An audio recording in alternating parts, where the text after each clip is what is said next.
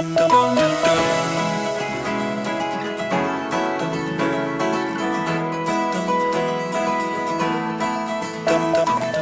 olen Kersti Elioni Tehnilisest Toest.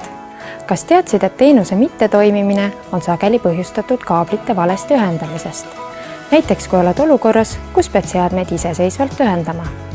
Räägin sulle põhjalikumalt sellest, kuidas peavad olema kaablid ühendatud, et Elioni teenused töötaksid. Esmalt on vaja ühendada ruuter sulle koju tuleva Elioni kaabliga.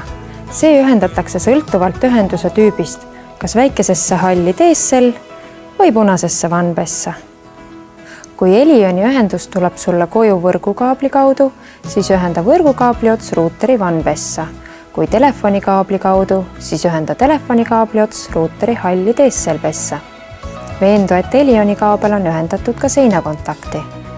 Arvuti, digiboksi ja muude võrguseadmete ühendamiseks kasuta ruuteri kollaseid pesasid. Et pilt telerisse jõuaks, ühenda digiboks ja teler HDMI või SCART kaabliga. Lõpuks veendu, et seadmed on vooluvõrgus ning ruuter on sisse lülitatud. Seadmete käivitumine võib võtta aega kuni 2 minutit.